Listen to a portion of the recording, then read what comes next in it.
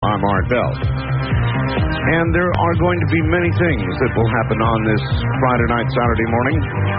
If any of you have been watching CNN over the last couple of days, you have seen Jim Dilettoso. Jim runs a lab that has been looking carefully into the Arizona sightings, the Phoenix sightings. And I'll let that stand plural for the moment till we nail it down. You've seen Jim explaining and showing computer projections and graphics of exactly what he thinks they really were. Actually, we're not sure, and we're going to ask him about that because Jim Dilettoso is going to be my guest for the first couple of hours this night, and we are going to probe what has become a national mania. We're going to continue to probe it, I guess I ought to say, the Phoenix sightings. And Jim has a unique background to comment on a number of aspects of this. His bio begins by saying, what do the Moody Blues, NASA, the Armed Forces, and Paramount Pictures have in common? James J. or Jim Dilettoso. Now that is an interesting career, isn't it? So we're going to be talking to Jim in a moment. And then we are going to, one last time, bring on shortly Mr. Paul Niskanen. And he is going to tell us about the cruises and the status of the cruises and whether you can still get in, as it were. And you can, sort of. We'll tell you about that. And following that, I am going to go to a conference in Los Angeles for a few hours tomorrow, the Nartash, or a Talkers radio conference. That's the National Association of Talk Show Hosts, down in Los Angeles, so I'm going to bail out of here at 1 o'clock, and we are going to repeat 2 hours with Dr. Stephen Greer, in for a very serious treat. Dr. Greer of C-SETI, beginning at 1 o'clock Pacific time. I will then dash off and try to get a couple of hours sleep before getting on an airplane. So this is the plan. And cassette. That's 1-800-224-2455. Well, all right, I would like to welcome KMBD-AM in Tillamook, Oregon. Hope I've got that right. Tillamook, I believe, Oregon. They are, if you're in Tillamook or its environs, 1590 on the dial. Welcome, my friends, to what is going to be a very unusual program, and you'll just have to give it a little time, and you will see where we're going. Maybe. Pretty strange places, I would say. Now, the Moody Blues, NASA, the Armed Forces, and Paramount Pictures. That is not a likely combination to be in one person's background, is it?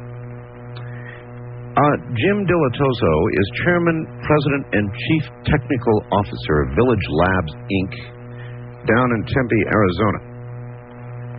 And let's just ask him, Jim, why do you have all of the... Welcome to the program, by the way. Well, thank you. Thanks for having me on. Why, Jim, do you have all of these things, diverse things, the Moody Blues, NASA, the Armed Forces, and Paramount Pictures? That's pretty unlikely.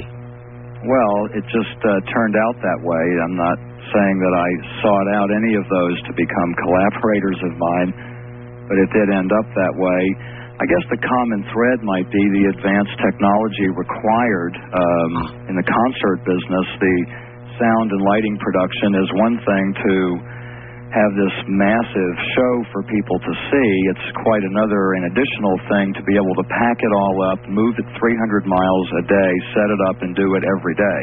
True. Which we did for many years under my direction of a company that I ran in the 70s through the mid-80s. So then I guess then that kind of technological background fits into NASA in the imaging area. Yes. And the Armed Forces in, Flight simulators. Flight simulators. Oh, they actually kept you in your career field. Oh, yes. Usually they take people skilled in one thing and make them do the opposite. Yes. And then Paramount Pictures, now that suddenly makes sense. Yes, and the thread with Paramount being still in image processing. Signal processing and image processing for a very long time. Anybody who in the last 2 days has turned on CNN knows you well by now. I mean, they have been running this story every hour. Oh, really? I haven't seen it, actually. I've been here working in the lab. Really? No, I've seen a couple of the news programs, but I haven't seen any of the stories running on CNN. Oh, my goodness. Well, there you are by your computer, showing the graphics of what appeared over Phoenix back on March 13th. Now, I would like to start by straightening out one big question. Okay. Were there one or two sightings on March 13th? And I don't mean just, people at different locations, but different actual appearances of something. Yes, there were a number of incidents and sightings that happened, and what we've done is group them now into events. The sightings first came about in Paulden at 8:16, as reported to Peter Davenport. Yes. He actually would have been the first official person to know about this. By coincidence, that night, Stephen Greer was here at our lab editing the videotapes that he was going to use a month later in Washington. Who will be on the program later this morning, by the way. Mm-hmm. So, at 8:16 it started. Paulden is near Prescott in the northwestern part of the state, near Sedona. And the reports happened about every 1 to 2 minutes as this pair of bright lights, orbs, the size of, reports ranged from the size of hot air balloons to aircraft lights, worked its way south till it went straight through Phoenix, through the center of town, still in a V formation of lights. Now, this is, again, the 8:16 incident, correct? Starting at 8:16 p.m. on March 13th, Thursday, March 13th. And then going through, that particular sighting lasted how long? That lasted until 8:25 p.m., where it started to be seen in the center of Phoenix by people that lived up in higher altitudes, about 1,500 feet above the floor of the valley.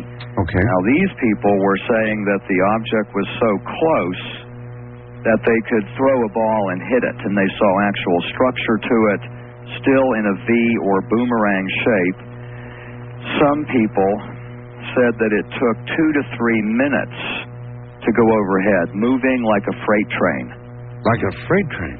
Right, like standing at a subway station, looking at a train go by, although they said it was moving at about 30 miles an hour only in their estimation, close enough to hit with a ball, and they felt like they were looking at a train going by. It was so immense and took so long to go overhead. And so they saw absolute substance to it. Do they describe the substance? They certainly do. They describe it as a structure that they could see through, like looking through 10 feet of water. Some people say it blocked out the stars, but they could still see them. Some people saw it from another part of the valley as it blocked out the cat's eye moon, but they could still see it. It went from a whitish-orange color, the moon, to a pale yellow.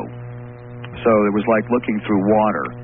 Meanwhile, in other parts of the valley, people were reporting giant orbs, usually pairs, directly overhead or being seen at some great distance. Now, we began to consider the fact that the lights might separate from a structured object and come back, or they might have been separate and came and inevitably joined together. Because by the time 10 o'clock arrived, it had been seen all over the state, including Tucson, and came to rest over a mountain range in the south end of Phoenix called the Estrella Mountains. This is where the discussion began to happen, a lot of contention that it was probably or could be flares.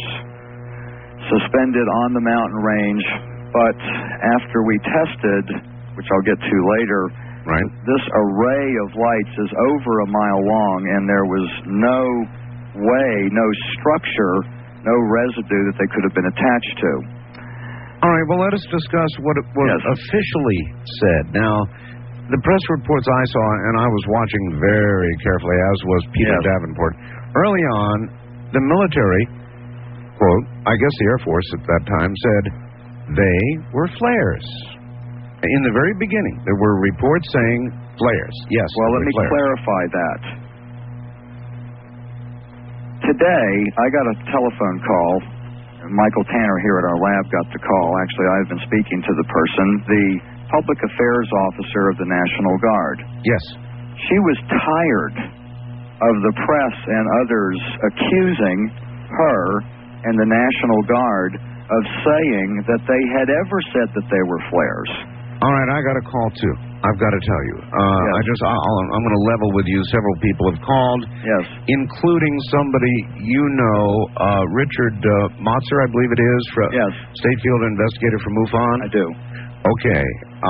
He, too, called me and suggested that this lady, a captain, I believe, had been quoted as saying that indeed they had dispensed flares. Yes.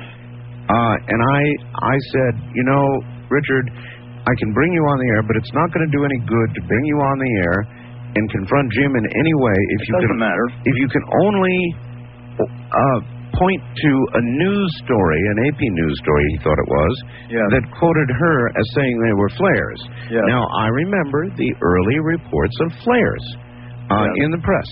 So anyway, continue, please. Right. Well, what the actual press story says is that the names are by name, says that she denied that they had launched flares, but she said that one of their helicopter pilots had said he had seen flares.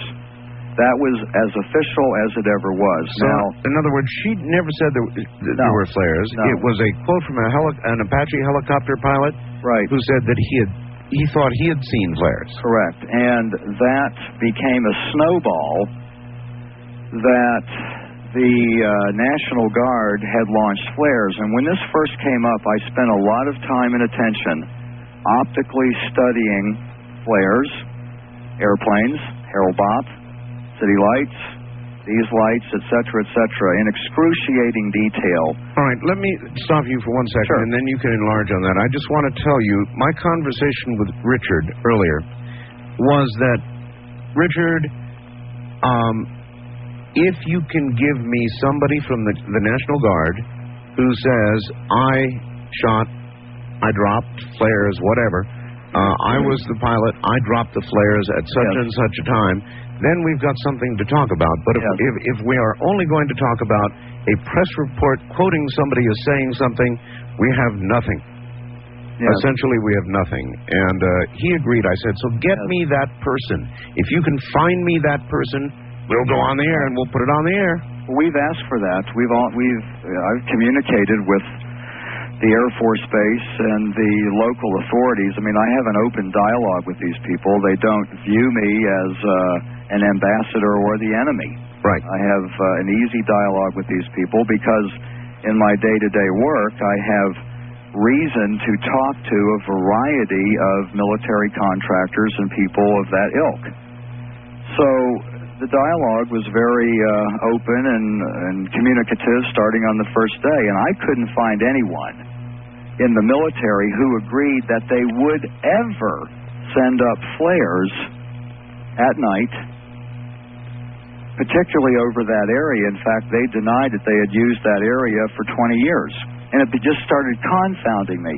Why is the UFO research organization saying it's flares and saying that the military are saying that, and the military is saying that they didn't say that? No, in fact, now, of course, in the latter reports, the military absolutely denies that there were any flares. The Air Force says, we had nothing up that night. We certainly had no flares out. It was not us. And it could be partially my persistence in having a gentleman's dialogue with a number of these official places to say, would you do it? What kind of flares were they? And in fact, I had the president of a well-known, well-respected covert operations manufacturing company that makes flares for these agencies. Had him in the lab, looked at all the videos. Good.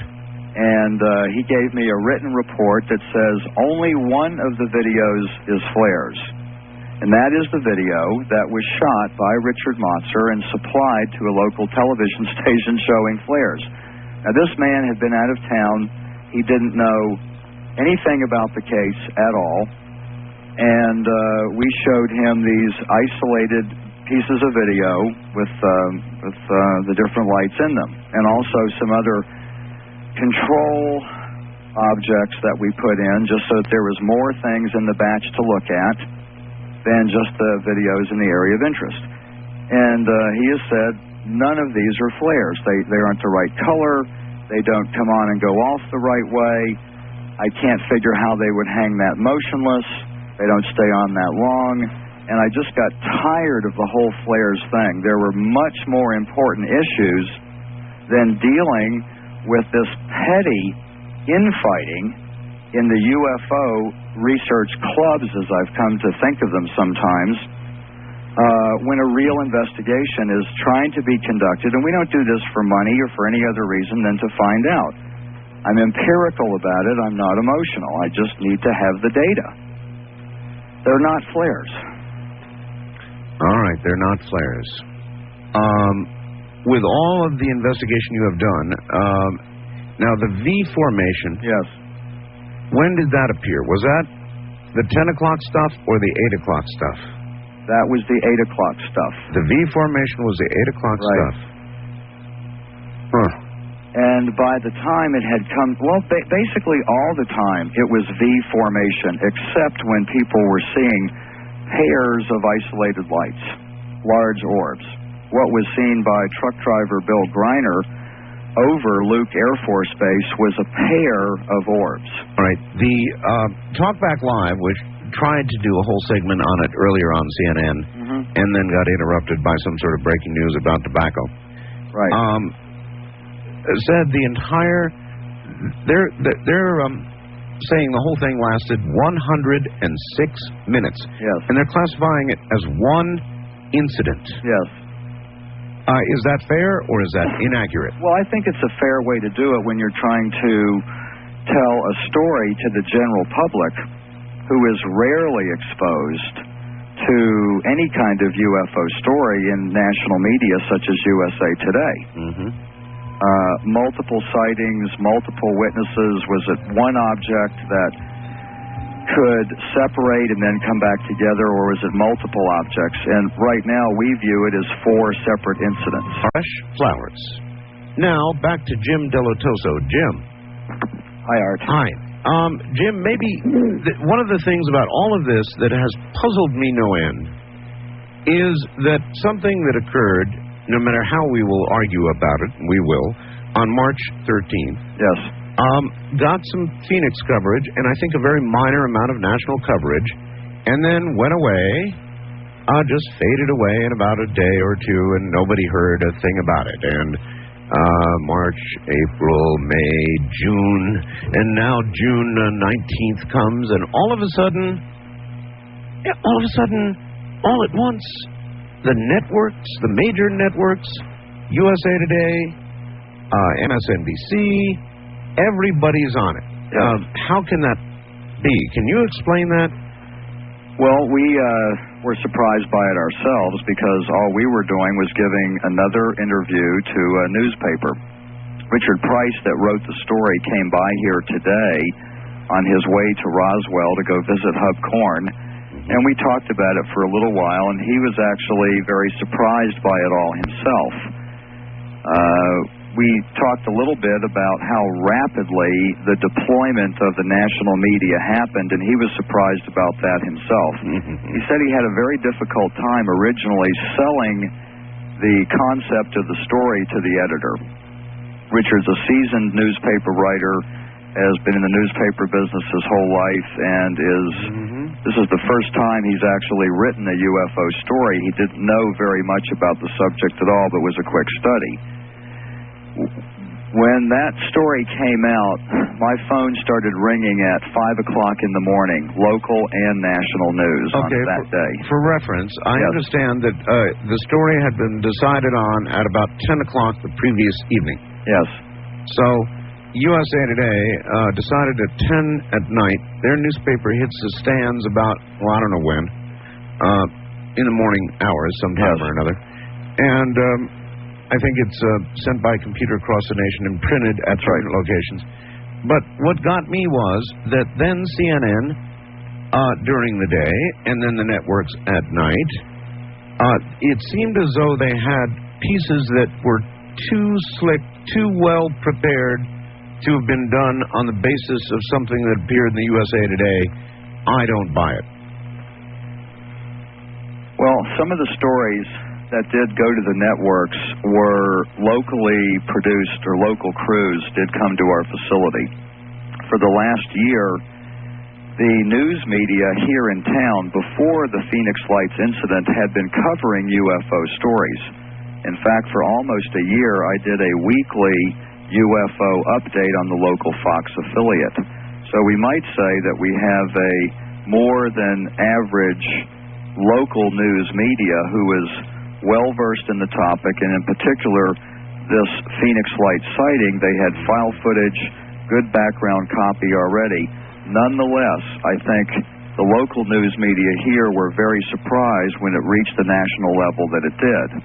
I've been involved in other UFO cases that became temporarily nationally prominent. I think you were the principal investigator in the Billy Meier case, weren't you? I was the coordinating scientist in the Billy Meier case and carefully found laboratories that would empirically test the data, and then, much to my surprise, watched the UFO organizations viciously attack the case, and we withdrew. I mean, the laboratories that we had gone to test the evidence, not one ever said that there was any indication of a hoax. And we went into it wide-eyed and bushy-tailed. This was in the late 70s. Carefully tested all the evidence with no expectations. And then we watched two things happen. The Pleiadians became a household word in ufology, representing the humanoid good guys, and at the same time, the UFO community polarized itself behind it, but behind being against it, claiming that all these tests had been done to disprove it. Well, as the years have gone on, we have discovered that all they've been able to do is level personal attacks. Bruce Maccabee inevitably said to Bob Kvyat, a producer of, well, you know, Bob was with Encounters and produced the autopsy, told Bob, according to Bob Kvyat, that he had never actually really tested the Billy Meier pictures. The Cal Korff books, and as you know, all the things on the net by Cal Korff about the case being a hoax and everyone connected with it as a fraud and a liar and incompetent. Now that this has happened, yet another case, like the Meier case, we're sitting back saying, okay, are we being set up for a fall again? That the national media is going to have it, and then the attacks are going to roll in. Well, what was your conclusion with regard to the Billy Meier case, and what is it today? Well, my conclusion back then was that the pictures that Billy Meier took in the 70s are absolutely, without fail, a large object over 20 feet in diameter. I believe that as the years went on and the organization of East German patriots grew up around Billy, that they began to create their own evidence to tell the story, the legend of Billy Meier, who has really become a recluse in his own home. But the materials, the real materials in the Billy Meier case have never reached the public or the UFO community. By 1979, we withdrew. No more evidence out to the UFO community. All right. To sum up, if I understand what you just said, you said the original materials, the original evidence, you feel was real and valid, and that only as the cult around Billy Meier built up did the evidence become convoluted and a lot of it false. That's correct. And you stand by that view today? I stand by that view. Because the technology that we used to test the evidence back then, which was the finest available at the time and can still stand in the labs that we went to and the software that we used, is still out of reach of the UFO community. And the software that we used then, and even far better software now, I can go back and test the pictures again now and get the same results, that this is a large metallic object. And this software, I mean, we use it in special effects. We've designed render farms for major Hollywood motion pictures to do photorealistic rendering. We've worked on flight simulators and image processing to be able to tell whether an object is a quarter, a tennis ball, or the moon. And if it works over in that area, it also works in testing UFO pictures. And the Billy Meier case, for whatever truth there is in it today, back then helped develop, it was a structured controversy. It helped develop critical thinking so that people were well acquainted with all of the issues, whether they are physical evidence or metaphysical components to the story. I think it was a very valuable case and should still be looked at today. Now, will the Phoenix flights fall prey to the same course of action? I don't think so. The testing that we have done is extremely sophisticated. We have far better equipment. For a number of years, 10 years now, we've been designing and building supercomputers and parallel computers. We have very excellent staff, and we've been able to triangulate the various videos that we have in a 3D database and know exactly where these lights were, plus or minus 3 feet. We know its shape. Now we have witnesses. I've gone out to the area, and I've spent dozens of hours now driving around the Estrella Mountains looking for roadways, evidence of military or other people going in or out of there, residue of flares. There's none. Most importantly, I've talked to the residents of this very rural area in south part of Phoenix who looked up in the sky directly above their heads and saw the objects above their heads. Not attached to a helicopter, an airplane, certainly not attached to the mountain itself, and being lit as flares. And that's part of the most compelling part, is the eyewitnesses who were up close and personal to this incident. Whatever it was. By the way, if you had to say right now, what do you say it was? Well, I know that's the hard question. The temptation is to say that it is a mothership. The temptation is to say that it is unearthly. And you know how much I enjoy talking about the possibility and probability of unearthly visitations. But in this case, we're looking at giant balls of light that are closer to things as described by Jim Hurtak in the Keys of Enoch, closer to things described in the Fatima and Lourdes and Medjugorje incidents. How many witnesses, Jim, call it a solid object or saw substance to it beyond lights? About 1/4 of the 200 or so reports that we have. That's a bunch. That's a bunch.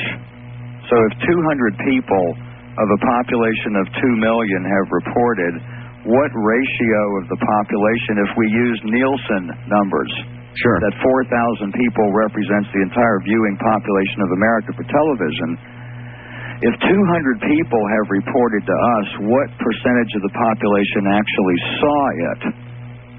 So we believe that 10,000 people saw this. All right. Well, the Phoenix area is about 2 million, or plus or minus around 2 million people. It's a big city. 7th largest in America. Yeah, big city, you bet. Now, how big, based on your examination, how big was this object? 1,500 to 2,000 yards wide when it came to rest over the Estrella Mountains. When we take the descriptions of Tim Lee, I use his name because he's been public the last few days, but noted F-15 pilot, North Phoenix area that stood under it as it flew over, described it similar to Tim Lee, that it was awesome in size. He puts it at a square mile. A square mile. We're talking something akin to what was in ID4, hanging over a major American metropolitan area with a couple of million people. That's right. For a total of 106 minutes. Yes. Well, I guess that begs many questions. Why it was not a gigantic story back on March 13th when it occurred, and why it suddenly became a gigantic story months later. Yes. There are a lot of people here who smell agenda. Yes. And I'm sort of one of them. I'm not certainly denying that it occurred. I mean, up on my website, thank you very much for sending the photographs. We've got 3 separate pictures. Picture 1, 2, and 3. Would you like to describe for the audience? Can you describe what those 1, 2, and 3 photos on my website are? Yes. Well, these are still frames out of videotapes that we got. Right. Frame number 1 is taken from I'm not sure of the order. Let me say the number of lights. The picture that has 9 lights in it was taken from Apache Junction by Chuck Reardon in the far east part of the valley. All right. Shows 9 lights in what can be viewed as either a very large circular or boomerang object. Right. The other one has 7 lights in it. 6 in a cluster and 1 far off to the left. That was taken in the far north part of Phoenix, looking south by a noted local businessman that I'm not sure yet if we use his name on the radio, but he's been on television, so I'll say it's Mike Kristen. Okay. The other one was taken by a noted local professional woman who desires to remain anonymous at this time because of the field that she's in, and she videotaped with a high 8 camera 2 lights, 5 lights, 6 lights in a row. Like the other videos, the lights came on and then they went off. So we have these 3 as 3 exacting positions to be able to triangulate, and triangulation is done in satellite imagery and everybody uses it, to get an exact location. Well, what we did was with these 3 images that are up on the web now, and the video that's in front of and behind these still frames, it got a topographical map from U.S. Geological Survey, 3D topographical map, loaded into a garden variety usable program called AutoCAD. Right. Moved it to 3D Studio Max, matched the position that each of the videographers shot their video, went to exactly that position and dropped in the dots. Went to the next position, did that with all the videos, then rose up above the 3D model, looked down to see what we have. Viola. We have a V-shaped formation of lights. Wow. That sounds like some solid scientific work to me. In other words, it all came together. You were able then to get a 3D view, and you go above it, and there it is. Correct. Okay, I think I've got the picture. No pun intended. Jim, hold on. We're going to break here at the top of the hour, and we'll come back and do some interesting stuff. I'm Art Bell, and from the high desert, this is CBC. You've been watching CNN. at all, you've seen Jim Dilettoso. He's my guest. He's been on just about every hour as this massive coverage of whatever it was above Phoenix continues almost as a mania in the media. I mean, they're almost covering it the way I cover these things.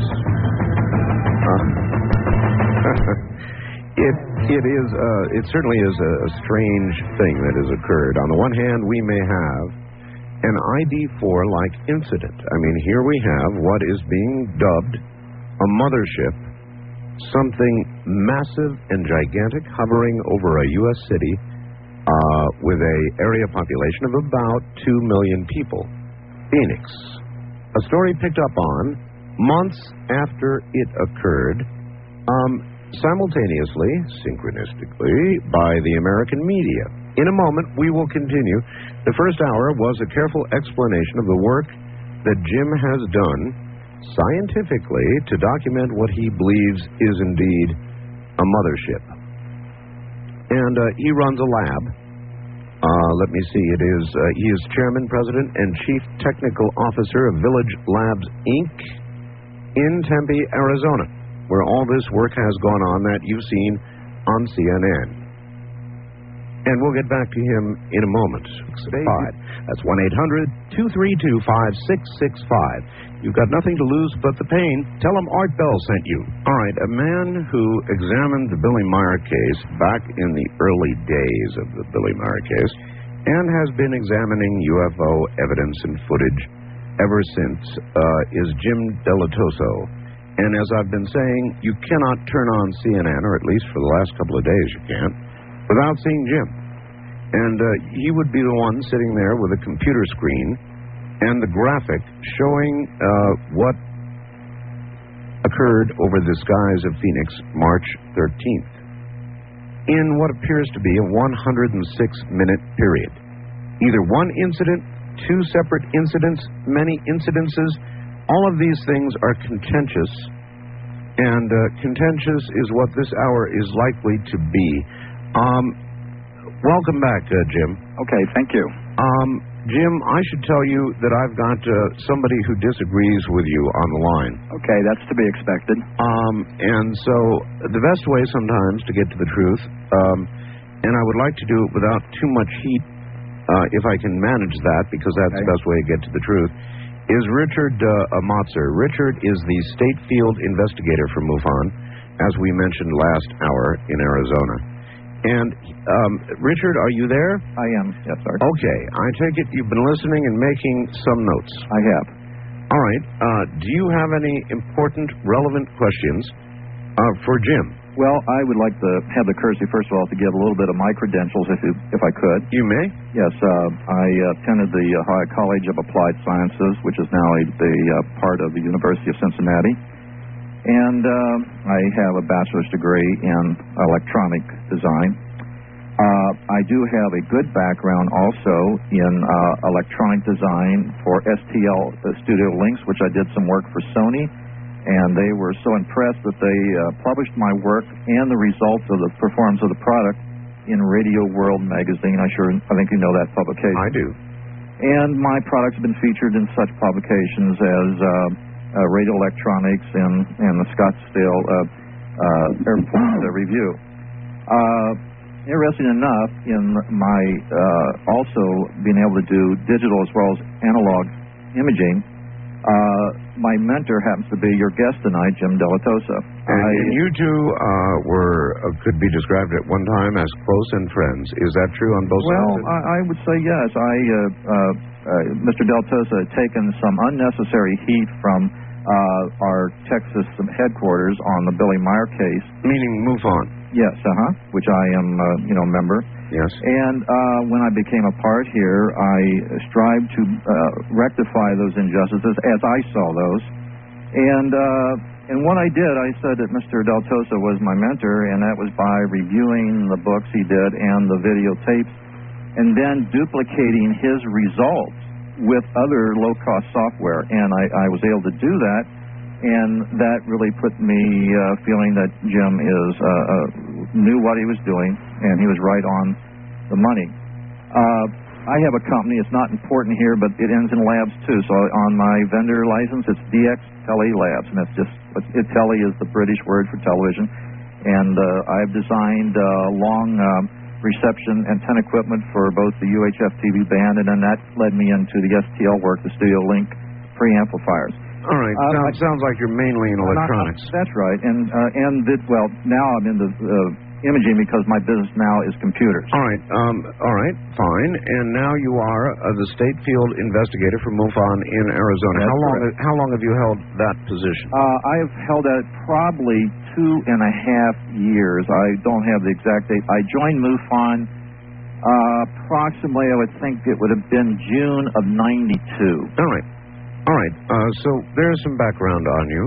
You've heard Jim talk about the work he's done on the Phoenix images for the last hour. Yes. Do you have any specific questions or disagreements with Jim on what he has said? Yes, I have very many. One of the things he just mentioned here was he made a statement, I'm going to paraphrase it here. People in South Phoenix looked up and saw the lights over the Australias. You cannot see the Australias if you're in South Phoenix. You can take Central Avenue, which splits Phoenix from the east and west, and it drives straight into South Mountain. Even over in Ahwatukee, where Tom King took his video from the porch of the gentleman's home that they were at, you cannot see the Australias either. And so that footage that you see on CNN, and I talked to another outlet, and they said that it looks like it's the Mr. Christian's footage, the big arc, that they are at an altitude 8,900 feet and way behind the Australia mountains. And here's the key point, and he hit it right on the head. The witnesses are the key thing. 95% of the witnesses never saw the footage that you see on TV, because if you're at ground level, you can't. You're blocked by South Mountain, and you're blocked by the Australias. However, in Ahwatukee, you have a sight through the draw, which allows you to see some of the lights.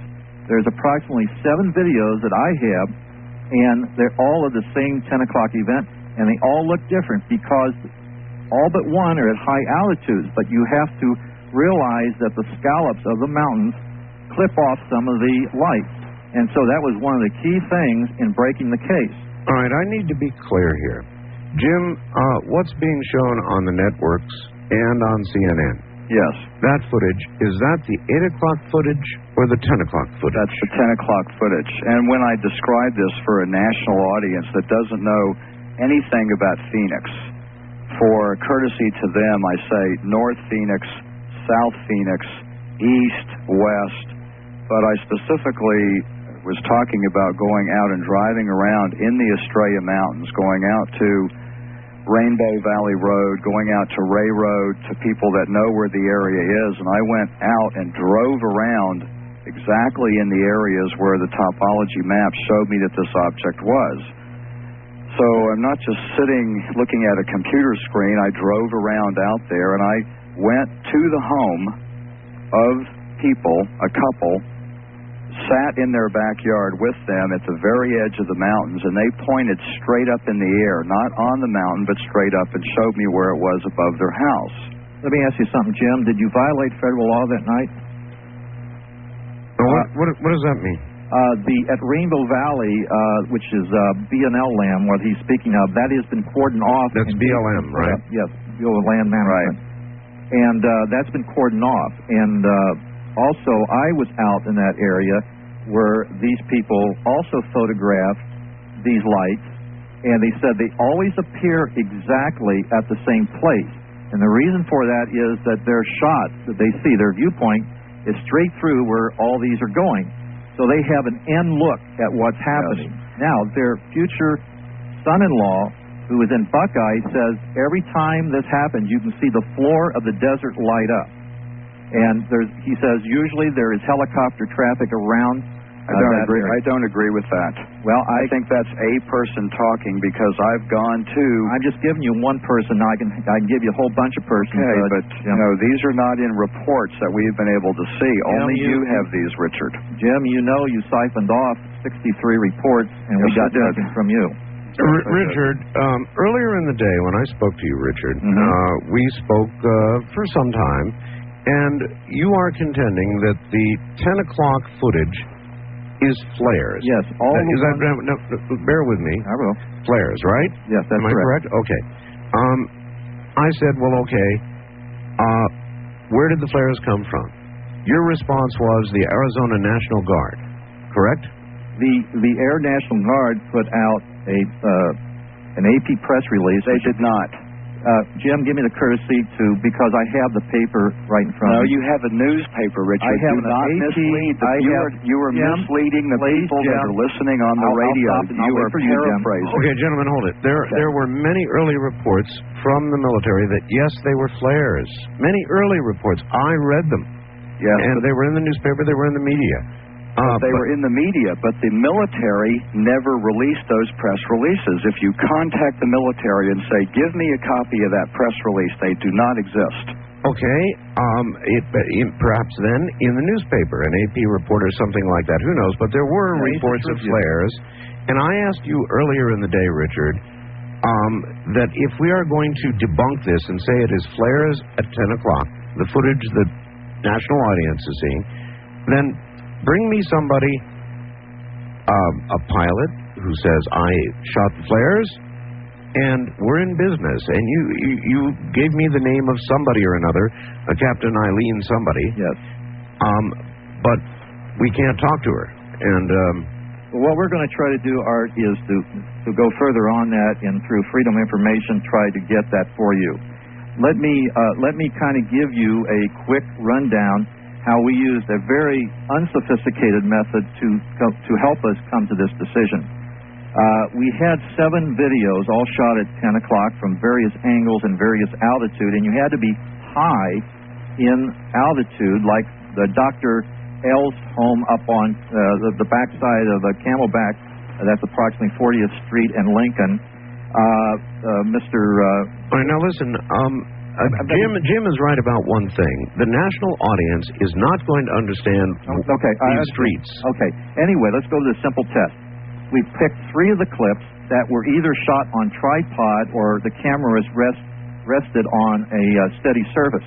Okay. We then marked the artificial horizon, which would be a row of Phoenix lights, and then we marked where each one of these lights extinguished.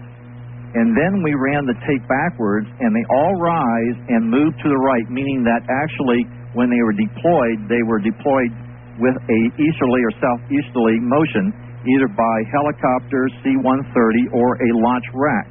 And they all moved together in sequence? They all moved together exactly the same, and they timed out at 3 minutes, approximately 3 minutes each, which is the exact parameter for the Mark 45 flare, which puts out 840 watt-seconds reflected into a 16-foot parachute reflector. The descent rate is 5 to 7 feet per second at ignition, then it stabilizes, and then the burn time for that flare is 3 minutes, plus or minus. Of course, there's always a parameter there. A perfect match with a 10 p.m. event. Then I took all the rest of the videos that were not stable as far as being held, and it took a longer time, and everything was the same. Now, I have the gentleman who shot the V formation at 56th Street and Carefree Highway do the same analysis on his footage, because he's been filming this for months. This is not a single event that happened once. These flares have been going on for months. We have 3 months of footage just from this one person. He did the same test. He says they drop exactly the same way. There's no difference. I disagree with this, because in our motion studies, there is no movement of the flares. The optical characteristics of them to the manufacturers of flares and to the computer are not flares. And this is you better check your monitoring equipment and just simply measure the difference between the horizon and the Richard, I have checked the monitoring equipment. This is a ridiculous need to go back and do that, Jim, because I still have all the tapes. All I have to do is give them to CBS or ABC and perform the same test, and let's see what their engineers have. That's a great thing to do. That's what I'm going to do. ABC has made that offer to do that. Yes.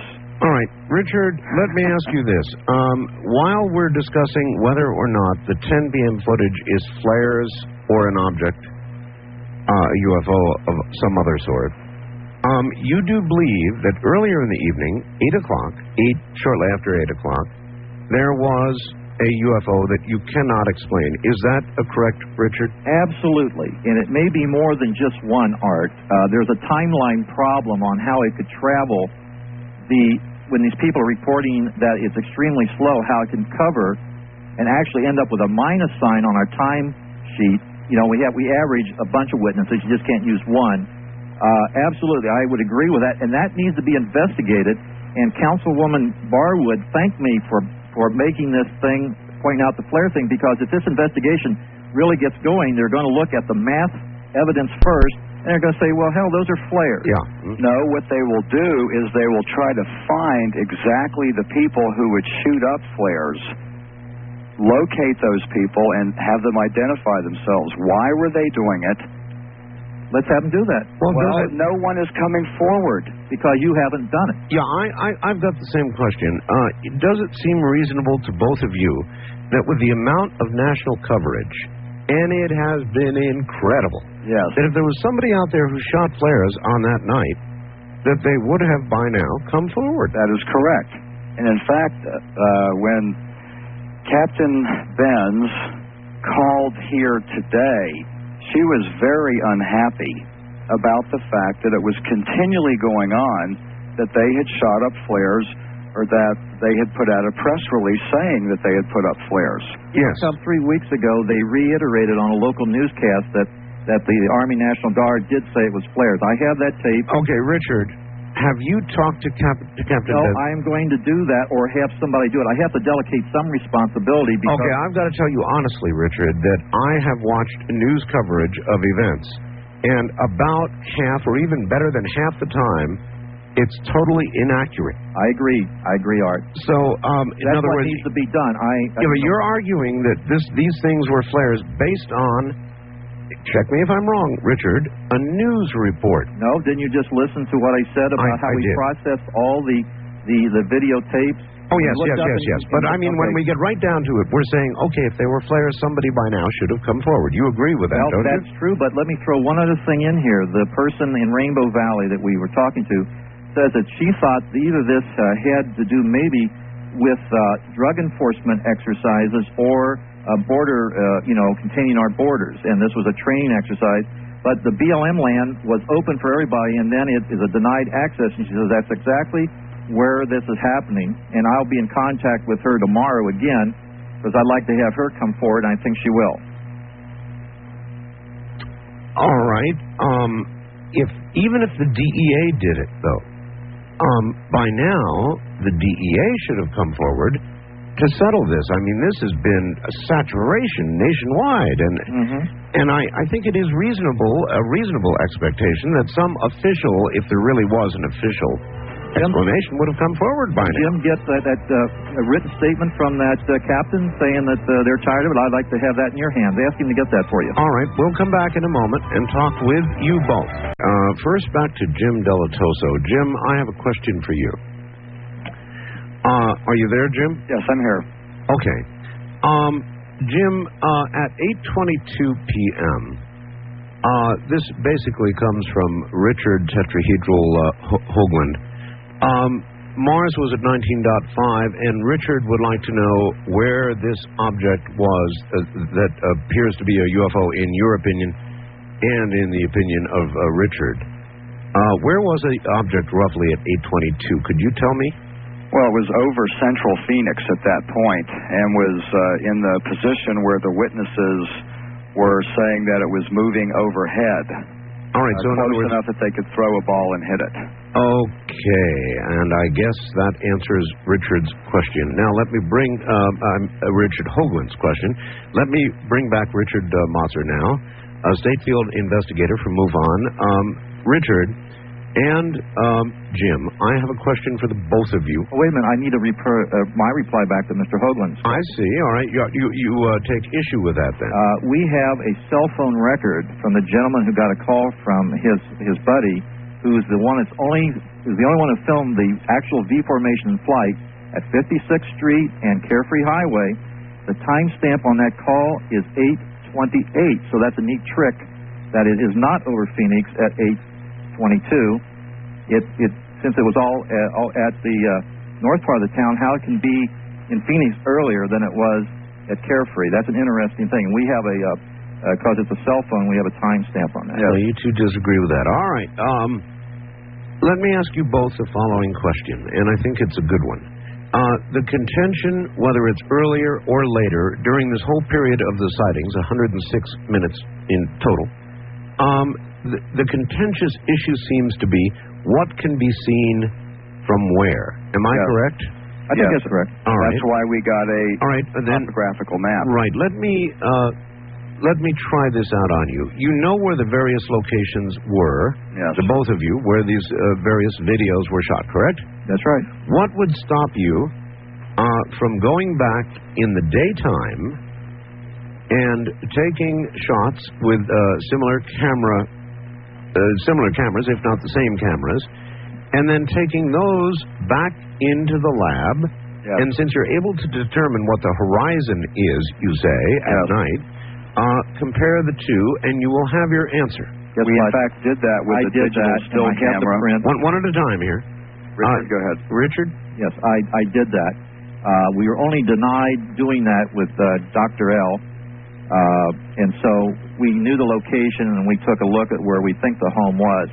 And we did that. In fact, another thing was that we did that at, I don't want to use Steve's last name over in Ahwatukee, but we did that, and that's where we knew you couldn't see the Australias or the South Mountain from his balcony. All right, so you say you've already done that. I've already done that. With the same camera, and you can't see it, you claim.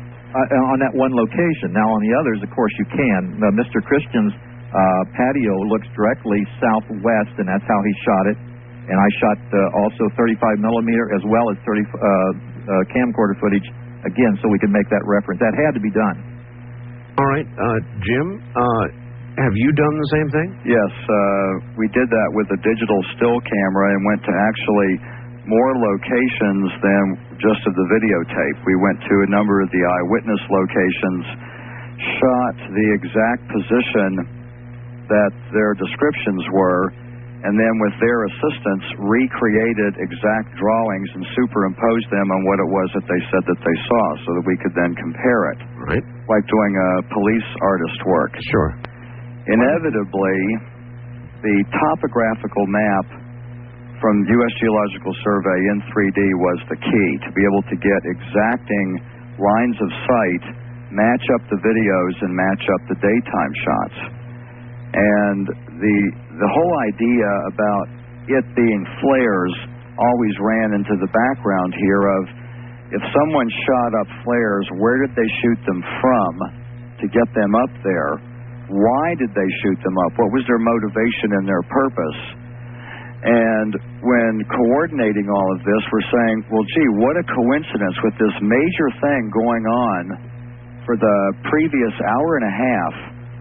Wouldn't everyone from the sheriffs and police departments to the air traffic controllers be on radio, and anyone like the DEA would know this is not the time to shoot up flares? Okay, let me respond to that. There was flares done Monday night, Tuesday night, Wednesday night. By whom? We don't know, but even your witnesses took pictures of it. We have Steve's video, and the triangle formation. There's no agreement that those are of flares. He shot video, but I'm saying who said that they are flares? We have had this going on, and the big difference between all the other nights was that the altitude was extremely high for these. I don't want to miss one point here. I want to get to the real agenda why Jim needs the 10 o'clock footage to be UFOs. And that is because there is a possible movie deal with Dr. L, and they have to make that footage that they have. There is no movie deal. Don't interrupt me. Let me finish. Wait a minute, Richard. Now, that is fair. Is there or is there not a movie deal? He's saying there is not. I have from actually other people that he's involved with saying that. I have an audio tape interview with Dr. L, and the thing is that footage is the thing that closely matches the actual flying deformation. By the way, Jim, all you have to do is ask us for that footage. You don't have to make a model. We have the real thing. All you got to do is ask us for a copy. If you have any professional recording equipment in your facility, because when we made the appointment for me to transfer that We had to dig up an old U-matic 3/4 inch. You had no professional equipment in-house to take an SVHS transfer. No, we had digital video DVC equipment that would not lock up to your equipment. Richard, be accurate about this. It was not We have absolute top-of-the-line, latest digital video recording equipment that would not lock to Richard's deck. But we produced all the video for Strange Universe off of my deck. It's strange, isn't it? But anyway, it was just a matter that all the equipment was out of house, but he had to have the transfer that motivation. day. Gentlemen, this is deteriorating into something really silly. No, it's getting into honesty and what the real agenda is. Okay, then my turn to talk, so we can stop this. All right, good. I have never done this for money, ever. I have never taken money for any television program or anything, any research I have ever done. When someone comes to me and proposes that a movie can be made, and I listen, and I sit there and listen, because that's part of what we do, is we are very involved in major Hollywood projects, and everyone knows that. There's a parade to my office every day. I sit and listen. That does not mean that I am participating or have any designs or any reason to make a movie. If I wanted to make a movie, I would have gotten involved with something, anything, with the Billy Meier case or any other case. This is not even remotely close to why I would be involved with this. And anyone that's close to this and knows me knows this for a fact. It's not why I do it. Richard's allegation is that you are making the 10 o'clock footage the UFO footage so that you can make a movie deal. And what would the movie be about? What do you think? Now, also, the Dr. L tried to change her timestamp on her video and told me that she couldn't have possibly filmed anything past 8:30 that night, but she forgot that she dates the time at 10 o'clock p.m., not once, but twice, and her husband says it's March the 13th, 1997. Don't con me, Jim. Con you about what?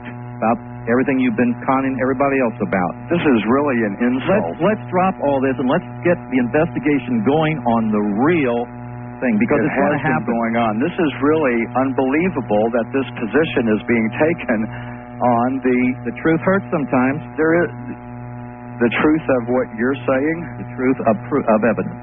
Yes. Okay, Richard. Supposedly flares, and I've been insulted to this degree about my motivation. What about the science that was done on testing the flares? We have only your word to say that. Once you have your flare experts in writing, submit the papers. Yes. Anyone that has gotten a video taped off of these network programs can scan it into their computer and compare all the lights. They can run optical waveform modulation functions and see what it is. Saturated, Jim. You know that. There's only 230 lines of resolution compared to 4,000 35 millimeter film. We have 35 millimeter film, by the way, of this, and the person has now forbid me to show it to anybody. Jim has seen it. It's a structured object, not plasma gas, and all we need to do now is get another 35 print when they do another flare thing, and we have 100% match. Okay. Laugh it off if you want. I'm being very serious about what I'm doing, and I can't believe that a discussion about an event of this important has deteriorated into this. It hasn't deteriorated at all. Okay. You with your other people have presented a one line or one biased view of this, and we're trying to present. We're not saying that everything is. We're calling the 10 o'clock event what it is, but we know you need that footage to go with the other project. Richard, let's center on the 10 o'clock event. All right? Richard, you're saying it's flares. Yes, I am. But you have not offered proof, in my opinion. You will be getting stuff in the mail as I talk to you this afternoon about. But what we need is somebody from the National Guard, if that's what you're claiming, right? Who says, right? I fired flares. And it really is a fair... Oh, I have no question about it. It's a fair assumption right now to say that if somebody did fire flares with this kind of coverage, they'd have come forward long ago. Well, they've been doing it for 3 months. Right now, you're basing that allegation, Richard, on a newspaper report. No. We have video over a period of 3 months of the same event happening on and off at actually the same time for each light. And this is over a 3-month period, not from just one person. I have it from 3 people. So now we will forward and go forward and do what you want, Art, and we'll either end up with Jim supplying a paper from the National Guard that is notarized to you that no, they did not do anything, or I'll end up getting a paper to you that says, yes, we did. Then we said no comment. Then we said, yes, we did again. Well, the major media, ABC, NBC, CNN, all of them have been going to the various military organizations, probably to the point where they're getting annoyed, Yes, and asking about this, and they have been replying, or at least it's been reported, that no, we had no operations on that night, no, we had no flares up. Now, that's what's being reported, Richard. Yes, and that's right. But you've got to remember, Art, we didn't go ahead and do that since we wanted to concentrate on the real event, and only this has just come up here with the U.S. Today article. We're going to do what you asked, or we hope we're going to come up with some results, but that doesn't worry me because now we know there's going to be an investigation by some third party, and they're going to turn up the same conclusion that we came up with. So I'm not worried about that. Yes, if they turn up the same conclusions, it's not using real science, and I bet we won't see You're published the only reports. person on the earth that uses real science. No, Yes, you are, Jim. there are a number of people that can conduct identically the same tests and come up with the same results. Yeah. Anyway. Listen, there's bad blood between you two. There is at this point, but I want to stress that and it's the only question about this one thing. I do not challenge Jim on previous work, and I want to make sure you know that. This is on this event and this event only. Would you agree with that you are only disagreeing on this event, Jim, or has there been previous disagreement? In other words, was there bad blood before this? I don't really have bad blood with anybody. I require precision when they claim that testing has been done, as we do in our work here at the lab every day in projects unrelated to UFOs. Mm-hmm. And the attempt here is to paint a picture that I would throw away the integrity in what I've done in my regular work and in other UFO cases to make a movie and to fraudulently say that we've tested something and attempt to get it on national media to build up a frenzy so that a movie could be made. Mm-hmm. And that's a very unusual feeling that I have, that's what I'm being accused of. You've been caught. Oh, you've been caught, he said, Richard said. Well, I haven't been caught. Caught in what way, Richard?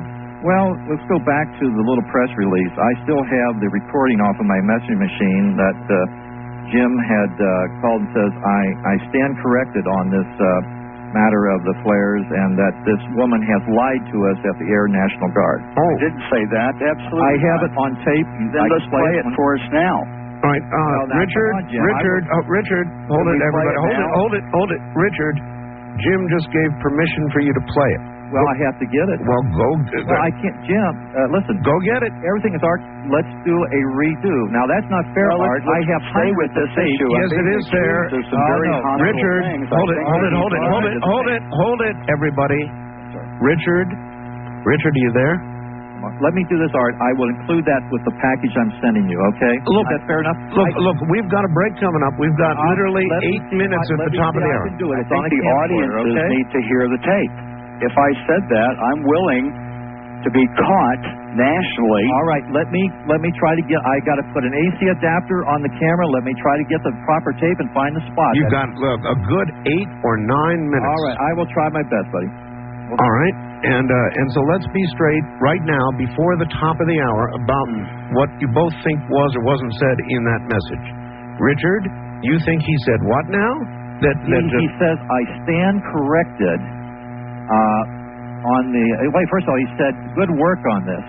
I stand corrected, and he says, Captain blankly blank, that's not a foul word or anything, it's just the person's name. Right. Lied to us. Absolutely not. I never... All right, I've got to go I never this, said Art. any I'll try such my thing, best. nor would I. All right, hold on. Jim, what do you say you said on the tape? Well, I left a couple of messages for Richard in the duration of time when he had said that there was a press release, and I had talked to Captain Benz, and knew exactly what she said and hadn't said. And when Richard sent me this newspaper story that quoted a hearsay of a helicopter pilot, The helicopter pilot reported to her. Yes. And I called Richard reported up directly to her, one person. I know, and when you read the report, you see that she is not admitting that they officially ever said it. So I called up and in my amusement said something like, good work. And I certainly would not say anything derogatory about Captain Benz, particularly give to me enough Richard. time here, Art, so I can go and try to find that. Oh, you'll have the time. All right. I got to figure out how I'm going to patch this. Okay, I'll figure it out here. It doesn't matter. I mean, you can, if it's an answering machine, right? Is what it is, right? No. What I did, excuse me, Art. What I did was I turned my 8mm camcorder on and photographed the answer machine as I played the message. Yeah, I have it archived on 8mm camcorder film. It was easy enough. It was on the answer machine. I could just push the button. So I'm sorry you didn't understand what I'm up against on this end. I have to, first of all, get the camcorder out. I got to put an audio patch out. Yeah, well, forget an audio. I mean, you can, that's true. You've got to find a way to get some audio. Right, yeah. Loud audio. Good enough, I can just put the phone up to it. But I'm sorry you didn't understand that. No, it's a digital answering machine. It has a maximum of 25 messages, and you have to clear it off. So. And so you did this to save it. Well, yeah, we'll give you a good, 8, 9, 10 minutes, even more. I'll do my best, okay? Fine. That will help settle it, because, Jim, you're saying that when you talked to, the captain, she was sick of hearing from people, basically, about this whole thing. Well, this was today when she called the lab. This discussion with Richard is about a call maybe a month ago. I think that's fairly close. Let me try to remember. I was in Atlanta the week before. Yeah, that would be pretty accurate. I would say 3 to 4 weeks ago would be correct. All right. And I said she denies. In fact, I called Tom Taylor, the state director, and told him specifically that she had just denied it, that she had ever said it, or that they would ever send up flares. All right. Let me try to find it. All right, Richard, go. Okay. The tail of the tape coming up, maybe, after the top of the hour. I'm Art Bell, and this is CBC.